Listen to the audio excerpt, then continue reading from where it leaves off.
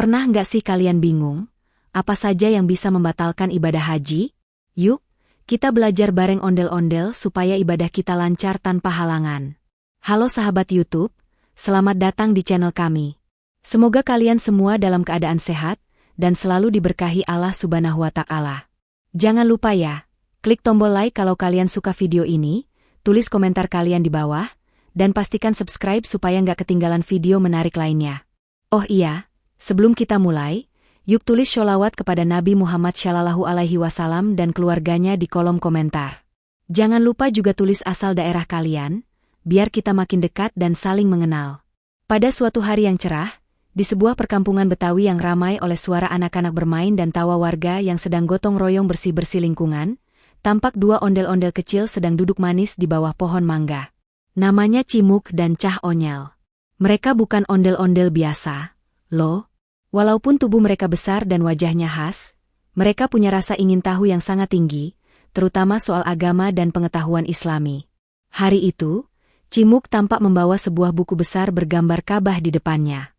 Cah Onyel, yang baru selesai bermain sepak bola dengan anak-anak kampung, langsung duduk di sebelahnya sambil bertanya, "Lagi baca apa sih, Gug?"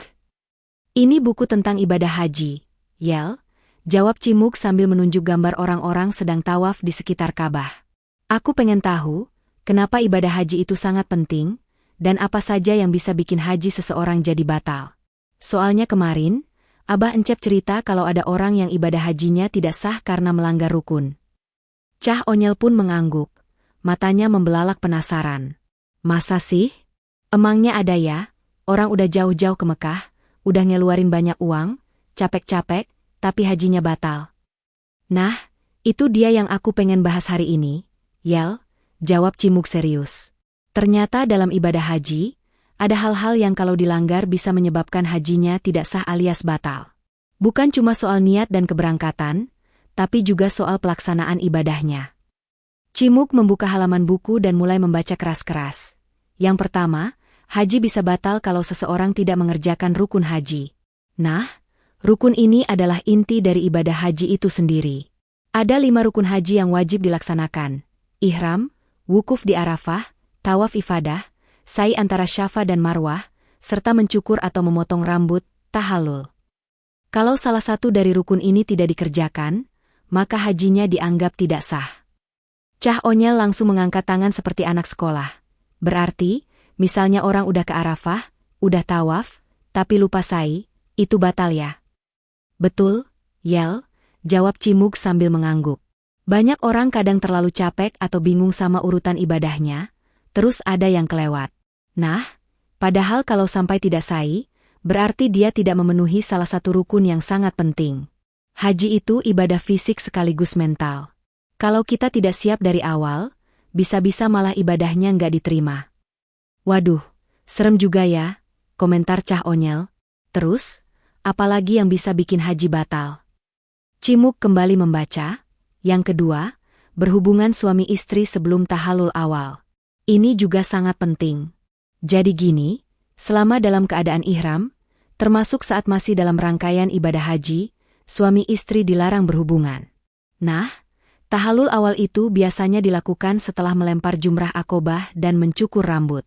Kalau ada pasangan suami istri yang belum tahallul tapi sudah berhubungan intim, maka hajinya batal. Ya Allah, Cah Onyel tampak kaget. Berarti ini masalah serius banget, ya? Bisa-bisa ibadah yang udah disiapkan bertahun-tahun malah nggak sah gara-gara buru-buru. Makanya, penting banget untuk paham urutan ibadah dan batasannya, tambah Cimuk. Jangan sampai gara-gara ketidaktahuan atau kurang belajar, ibadah jadi rusak. Apalagi ini ibadah haji, loh, ibadah yang cuma bisa dijalankan sekali seumur hidup oleh kebanyakan orang. Cah Onyel terlihat semakin serius. "Terus yang ketiga apa, Gug?" "Yang ketiga," lanjut Cimuk, "adalah berniat untuk membatalkan haji. Jadi kalau seseorang sedang menjalankan ibadah haji, tapi dalam hatinya dia niat membatalkan, walaupun belum melakukan pelanggaran apapun, hajinya tetap bisa batal. Karena niat dalam hati itu sangat menentukan dalam ibadah." "Loh, jadi cuma karena niat aja bisa batal?" tanya Cah Onyel heran. "Iya, Yel," jawab Cimuk. Ibadah itu sangat bergantung pada niat. Seperti sabda Nabi Muhammad SAW, sesungguhnya amal itu tergantung pada niatnya. Jadi kalau orang berniat batal, walaupun dia belum tinggalkan rukun, maka niat itu bisa menghapus pahala hajinya. Allah menilai dari dalam hati kita, bukan cuma dari gerakan luar. Cah Onyal memegang dagunya, berpikir keras. Berarti haji itu memang harus dijaga dari awal niat, pelaksanaan, sampai akhir. Dan semuanya harus dilakukan dengan sungguh-sungguh. Betul banget, Yel, sahut Cimug sambil tersenyum. Haji itu bukan cuma perjalanan fisik dari rumah ke Mekah, tapi juga perjalanan spiritual, dari hati yang ingin taubat menuju hati yang ingin dekat dengan Allah. Makanya, aku jadi sadar kenapa banyak orang yang sebelum berangkat haji ikut manasik dulu ya. Supaya tahu tata cara dan tidak keliru saat di sana, ujar Cah Onyal. Bener banget, jawab Cimug. Bahkan ada yang ikut manasik berkali-kali biar makin paham. Soalnya di Tanah Suci nanti, kita bakal ibadah bareng jutaan orang dari berbagai negara, dan harus mandiri. Kalau kita nggak ngerti ilmunya, bisa bingung sendiri. Cah Onyal lalu menepuk-nepuk tangan Cimug. Wah, makasih ya udah ngajarin aku. Aku jadi paham kenapa orang harus sungguh-sungguh dalam niat, pelaksanaan, dan jaga diri selama haji. Semoga suatu hari nanti kita juga bisa berangkat haji, ya Gug. Amin, jawab Cimug penuh harap. Kalau Allah kasih kesempatan, aku pengen banget ke sana. Melihat Ka'bah langsung, tawaf bareng umat Islam dari seluruh dunia, dan merasakan suasana spiritual yang luar biasa. Tapi sebelum itu, kita belajar dulu yuk sebanyak-banyaknya. Keduanya pun tersenyum, lalu menutup buku besar bergambar Ka'bah itu. Di kejauhan, suara azan mulai berkumandang dari musola kampung. Mereka bangkit, saling menepuk debu dari tubuh ondel-ondel mereka, lalu berlari kecil menuju tempat wudhu. Walaupun mereka hanya boneka tradisional, di dunia cerita ini, Cimug dan Cah Onyal adalah simbol semangat anak-anak bangsa untuk belajar agama, memahami makna ibadah, dan menghargai perjalanan spiritual umat Islam. Setelah salat berjamaah di mushola kecil yang penuh kehangatan, Cimug dan Cah Onyal kembali duduk di bawah pohon mangga sambil membawa 2 gelas es sirup yang dibagikan oleh Pak Ustaz. Sambil menyeruput pelan, mereka melanjutkan obrolan seputar haji. Kali ini, Cimug membuka halaman baru dari bukunya yang penuh gambar ilustrasi orang-orang dalam pakaian ihram. Nah, Yel, ujar Cimug sambil menunjuk gambar seseorang berpakaian serba putih. Kalau tadi kita bahas tentang apa aja yang bikin haji jadi batal, sekarang kita bahas larangan-larangan selama ihram. Cah Onyal mengangguk antusias. Oh iya, aku pernah lihat di TV, pas orang-orang pakai kain putih itu, mereka nggak boleh sembarangan ya, tapi aku belum ngerti kenapa. Betul, Yel, kata Cimug. Ketika seseorang sudah melafalkan niat ihram, baik untuk umrah maupun haji, maka sejak saat itu ia wajib mematuhi berbagai larangan yang sudah ditentukan. Larangan-larangan ini adalah bentuk penghormatan terhadap kesucian ibadah haji. Cah Onyal makin penasaran, larangan itu kayak apa aja sih? Cimug membuka halaman bertuliskan larangan ihram, dan mulai menjelaskan satu persatu. Pertama, larangan ihram dibagi menjadi 3. Ada yang khusus untuk laki-laki, ada yang khusus untuk perempuan, dan ada yang berlaku untuk semua orang. Wah, rinci banget ya, ujar Cah Onyal. Iya dong, ibadah ini kan spesial banget. Nah, khusus laki-laki, ada 3 larangan utama selama mereka sedang ihram. Jelas Cimug. Yang pertama, nggak boleh pakai pakaian berjahit. Jadi laki-laki harus memakai 2 helai kain ihram yang tidak dijahit. 1 untuk menutupi bagian bawah tubuh, 1 lagi untuk bagian atas. Ini bukan soal gaya berpakaian, tapi simbol kerendahan hati dan kesetaraan. Berarti nggak boleh pakai celana, baju, apalagi jas, ya? Tanya Cah Onyal.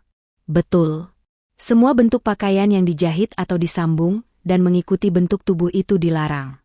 Kita diminta untuk menanggalkan kelebihan duniawi dan kembali ke fitrah manusia, sederhana dan rendah hati di hadapan Allah, jawab Cimug dengan nada penuh makna. Larangan kedua, lanjut Cimug, adalah tidak boleh menutup kepala. Jadi laki-laki yang ihram tidak boleh memakai topi, kupluk, sorban, atau apapun yang menutupi kepala. Kepala harus terbuka sebagai bentuk kesederhanaan dan simbol ketaatan. Terus kalau panas gimana? Tanya Cah Onyel sambil memegangi topinya. Ya memang harus tahan. Yel, ini ujian juga. Tapi biasanya panitia haji menyediakan payung dan fasilitas lain untuk mengurangi kepanasan. Tapi tetap, kepala tidak boleh ditutup dengan sesuatu yang menempel langsung. Dan yang ketiga, tidak boleh menutup mata kaki. Jadi nggak boleh pakai kaos kaki atau sepatu yang menutupi mata kaki. Boleh pakai sandal yang bagian depannya terbuka, asal mata kaki terlihat. Wah, jadi benar-benar harus hati-hati ya, gumam Cah Onyel sambil mencatat di buku kecilnya. Sekarang kita bahas larangan khusus untuk perempuan. Ya, kata Cimug sambil membuka halaman berikutnya. Ada 2 hal utama yang dilarang. Pertama, nggak boleh menutup muka. Jadi perempuan yang sedang ihram tidak boleh memakai cadar atau kain apapun yang menutupi wajah mereka. Wajah harus terbuka selama dalam ihram. Loh, bukannya kalau perempuan bercadar itu ibadah juga ya? Tanya Cah Onyel. Benar, Yel, jawab Cimug, tapi selama ihram, justru tidak boleh menutup wajah. Ini adalah salah satu bentuk ketaatan terhadap tata cara haji. Tapi kalau mereka ingin tetap menjaga pandangan, mereka bisa menundukkan kepala atau menggunakan payung. Yang kedua, nggak boleh menutup telapak tangan. Jadi sarung tangan juga dilarang. Telapak tangan harus terbuka selama dalam keadaan ihram. Cah Onyel mengangguk serius, berarti semua ini sudah ada aturannya ya, bukan asal-asalan. Betul banget, Yel, Cimug tersenyum. Ibadah haji itu bukan cuma soal niat, tapi juga soal disiplin mengikuti aturan-aturan Allah yang sudah ditetapkan. Sekarang, kita masuk ke larangan ihram yang berlaku untuk semua orang, baik laki-laki maupun perempuan. Ada 8 hal yang harus dihindari, kata Cimug sambil menarik nafas panjang, lalu menyebutkan satu persatu. Pertama, tidak boleh memakai wewangian. Baik parfum, sabun wangi, lotion, bahkan deodoran yang beraroma wangi itu dilarang. Kita harus tampil apa adanya, tidak memoles diri dengan aroma buatan. Berarti harus pakai sabun tanpa aroma dong? Tanya Cah Onyel. Betul. Sabun khusus untuk ihram biasanya tidak berbau atau netral, jawab Cimug. Kedua, tidak boleh memotong kuku. Kita harus menjaga tubuh dalam keadaan yang sama sejak niat ihram. Memotong kuku dianggap sebagai bentuk merawat diri yang dilarang selama ihram. Ketiga, tidak boleh mencabut bulu tubuh. Baik mencabut bulu ketiak, mencukur rambut, atau mencabut bulu lainnya. Tubuh harus tetap dalam kondisi alami selama ihram. Keempat, tidak boleh berburu atau membunuh binatang halal, terutama yang hidup di tanah suci. Bahkan semut atau belalang pun tidak boleh diganggu. Ini mengajarkan kita untuk menghargai semua makhluk hidup ciptaan Allah. Kelima, tidak boleh meminang, menikah, atau menjadi wali nikah. Jadi selama dalam keadaan ihram, semua urusan pernikahan harus ditunda. Ini waktu untuk fokus pada ibadah, bukan urusan duniawi. Keenam, tidak boleh bercumbu rayu dengan pasangan. Meskipun suami istri, selama dalam keadaan ihram mereka harus menjaga jarak emosional dan fisik. Ketujuh, tidak boleh berhubungan suami istri. Ini pelanggaran berat, dan kalau dilakukan sebelum tahalul awal, bisa membatalkan haji seperti yang kita bahas tadi. Dan yang terakhir, tidak boleh berkata kotor, kasar, atau berbantah-bantahan. Lisan kita harus dijaga. Jangan marah-marah, jangan ngomong sembarangan. Semuanya harus ditahan, biar ibadah kita bersih. Cah Onyel menarik napas dalam-dalam. Wah, ternyata banyak juga ya larangannya. Tapi semua itu punya makna ya, Gug. Benar, Yel, kata Cimug dengan senyum bijak. Larangan-larangan ini bukan untuk menyulitkan kita, tapi untuk mendidik kita menjadi manusia yang sabar, bersih, jujur, dan taat. Selama kita patuh, semua larangan ini jadi bekal kita untuk hidup lebih baik, bahkan setelah pulang dari haji. Dan aku baru sadar, kata Cah Onyel pelan, kenapa orang yang baru pulang haji itu sering jadi lebih baik. Lebih sabar, lebih lembut, lebih berhati-hati. Ternyata proses haji itu beneran mengubah hati dan kebiasaan. Betul banget, sahut Cimug. Ibadah haji itu ibarat latihan hidup. Siapa yang sungguh-sungguh menjalaninya, akan pulang dengan jiwa yang lebih bersih. Kedua ondel-ondel kecil itu pun duduk merenung sejenak, sambil sesekali mengusir semut yang naik ke gelas sirup mereka. Meski hanya tokoh imajinasi, Cimug dan Cah Onyel hari itu menjadi cermin bagi siapa saja yang ingin belajar bahwa ibadah bukan sekadar ritual, tapi perjalanan mendalam untuk mengenal diri, menghapus dosa, dan mendekat kepada Allah dengan sepenuh hati. Sore itu, Cimug dan Cah Onyel duduk bersila di bawah pohon mangga tua, dengan tikar pandan sebagai alasnya.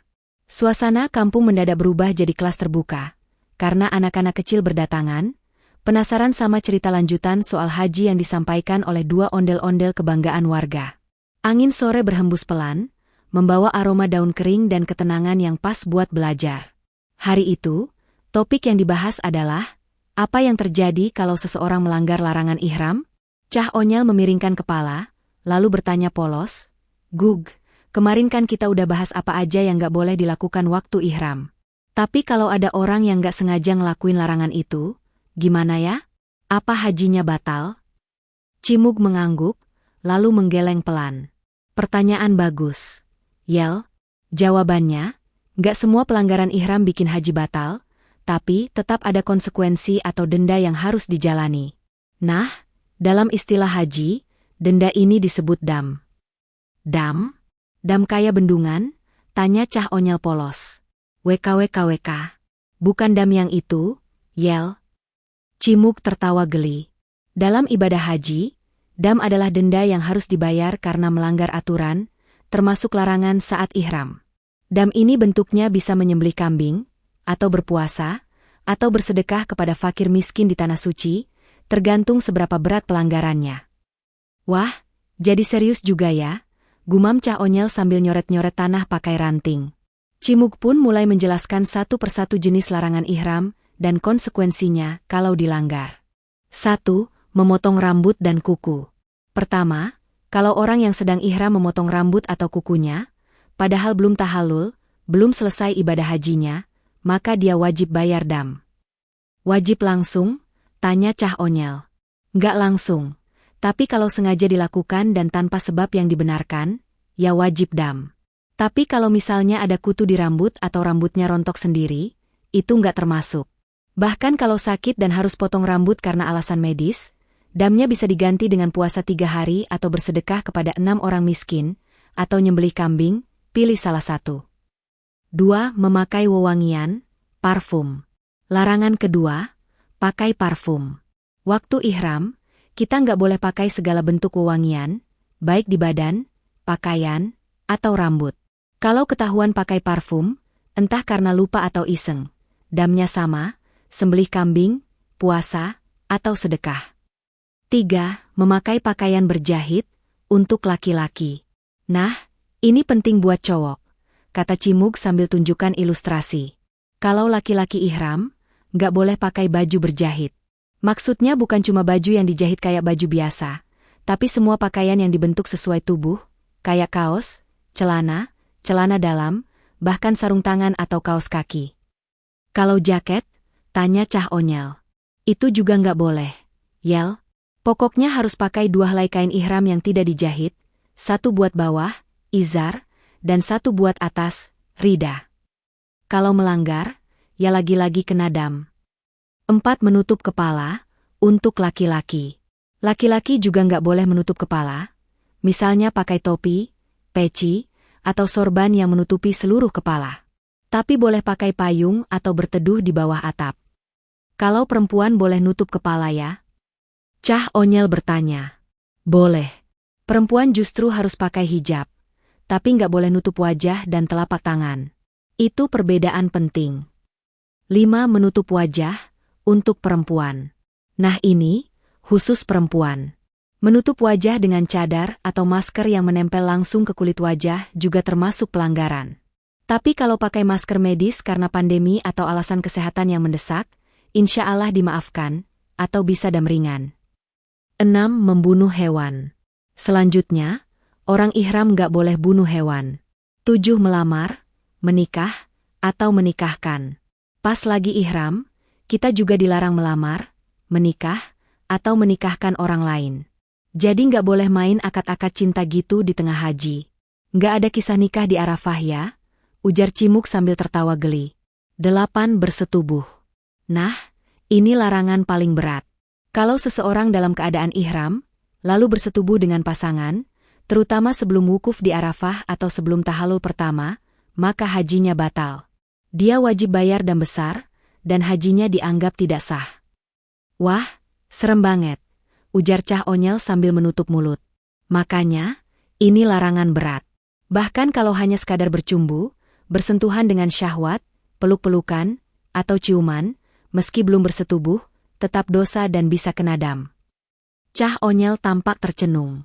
Gug, banyak banget ya aturannya. Tapi aku jadi ngerti. Allah tuh pengen haji ini bener-bener jadi ibadah yang fokus, disiplin, dan suci. Cimug mengangguk. Iya, Yel. Larangan ihram itu bukan sekadar, nggak boleh ini itu. Tapi ngajarin kita untuk menahan diri, berdisiplin, dan menjaga kesucian niat dan tindakan. Di saat ihram, kita diibaratkan kayak bayi yang baru lahir. Bersih, nggak ada dosa, dan harus dijaga dari hal-hal duniawi. Anak-anak lain yang dari tadi mendengarkan pun ikut terdiam, mencerna setiap kata. Bahkan si Joni yang biasanya bandel pun tampak serius. Dan ingat, Yel, lanjut Cimug. Semua pelanggaran ihram itu bukan buat ditakuti, tapi buat kita sadar bahwa ibadah haji bukan soal jalan-jalan ke Mekah. Tapi soal bagaimana kita menghargai aturan Allah di tanah paling suci. Cah Onyel pun mengepalkan tangan. Aku janji, Gug. Kalau nanti dikasih kesempatan berhaji, aku akan jaga ihramku sebaik mungkin. Biar nggak ada dam, nggak ada pelanggaran, dan semoga hajiku mabrur. Cimug tersenyum sambil menepuk bahu Onyel. Amin, Yel. Kita semua doain juga. Semoga seluruh umat Islam diberi rezeki dan kesempatan buat berhaji, dan kembali dengan hati yang bersih. Dan sore itu, langit kampung yang jingga seolah ikut mengamini niat tulus dua ondel-ondel kecil yang telah mengubah halaman rumah jadi kelas haji yang menggetarkan hati. Setelah ondel-ondel Cimug mengetahui tentang larangan ihram, muncul rasa penasaran dalam dirinya. Kalau sampai ada yang melanggar, apakah hajinya langsung batal begitu saja? Tanya Cimug sambil duduk bersila di samping kakek Toro, yang saat itu sedang menggambar sketsa Masjidil Haram di atas pasir.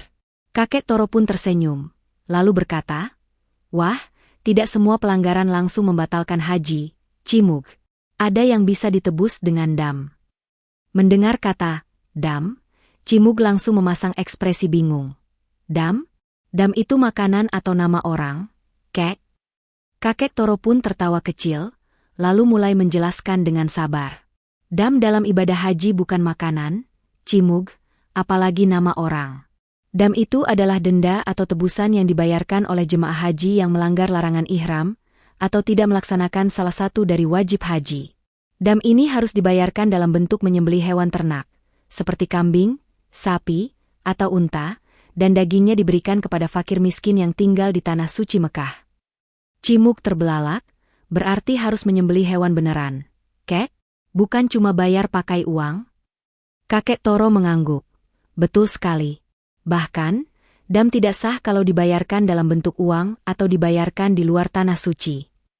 Cimug pun mengangguk pelan sambil mencatat di buku saku kecilnya yang selalu dibawa kemanapun ia pergi. Dam itu dibagi dua ya, Kek? Tanyanya penuh semangat. Iya, tepat sekali. Dam ada dua jenis utama, yaitu dam nusuk dan dam isaah, jawab kakek Toro. Cimug segera menulis 2 poin besar itu dengan huruf kapital dan warna merah di bukunya. Yang pertama, dam nusuk. Ini dibayarkan oleh jemaah haji yang melaksanakan haji dengan cara tamatu atau kiran. Nah, jemaah yang haji tamatu itu melakukan umrah dulu, lalu baru haji. Sedangkan haji kiran itu menggabungkan niat umrah dan haji dalam satu waktu. Karena mereka mendapat keringanan atau keutamaan dalam bentuk kemudahan pelaksanaan, maka mereka harus membayar dam sebagai bentuk kompensasi, jelas kakek Toro dengan tenang. Cara membayar dam nusuk gimana, Kek? Tanya Cimug. Mudah, jawab kakek Toro, yaitu dengan menyembelih seekor kambing, atau kalau tidak mampu, bisa diganti dengan puasa 10 hari. 3 hari harus dilakukan di tanah suci Mekah sebelum tanggal 10 Zulhijjah, dan 7 hari lainnya boleh dilakukan di kampung halaman. Cimug mencatat dengan teliti, lalu bertanya lagi, kalau dam isaah. Kakek Toro langsung mengangguk. Dam Isaah itu dam karena pelanggaran atau kesalahan. Misalnya, jemaah lupa atau lalai mengerjakan wajib haji seperti mabit di Musdalifah atau Mina, atau melanggar larangan ihram seperti memakai wewangian, memotong kuku, atau menutup kepala bagi laki-laki. Semua pelanggaran ini mengharuskan seseorang membayar dam Isaah. Mendengar itu, Cimug mulai paham bahwa ibadah haji benar-benar harus dilakukan dengan kesungguhan dan pengetahuan. Oh, jadi meski nggak langsung bikin haji batal, kalau ada larangan yang dilanggar tetap harus ada pertanggungjawaban. Ya, ujar Cimug sambil melihat ke arah miniatur Ka'bah dari kardus yang ia buat sendiri. Kakek Toro pun mengelus kepala Cimug. Betul sekali, Nak. Ibadah itu bukan sekadar niat dan semangat, tapi juga pengetahuan dan tanggung jawab. Allah itu Maha Pengasih. Makanya diberi jalan dam sebagai bentuk kasih-Nya kepada hambanya yang hilaf. Tapi tetap, kita tidak boleh seenaknya melanggar. Cimug pun menoleh ke arah layar proyektor kecil yang dipasang ayah Encep, yang saat itu sedang menampilkan video edukasi tentang penyembelihan dam di Mekah. Di situ terlihat kambing-kambing sehat yang siap disembelih dan dibagikan kepada kaum miskin di sekitar Masjidil Haram. Kek, kalau dam dibayar di Indonesia, boleh gak? Tanya Cimug polos. Kakek Toro langsung menggeleng. Tidak sah, Cimug. Dam wajib dibayar dan disembelih di tanah suci Mekah.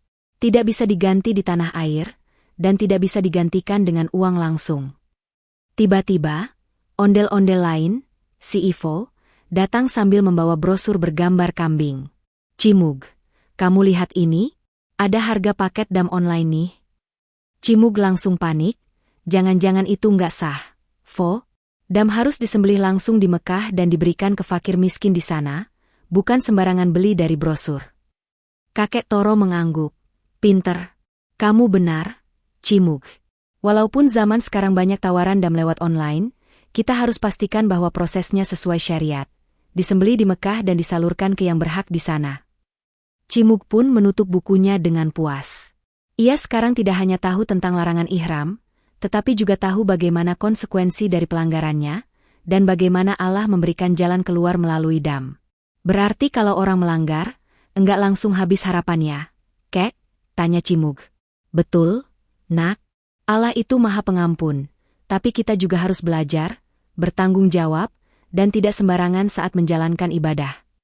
Setelah melewati hari-hari belajar yang penuh makna, Cimug duduk termenung di teras sanggar ondel-ondel bersama Bulik Ivo dan Kakek Toro.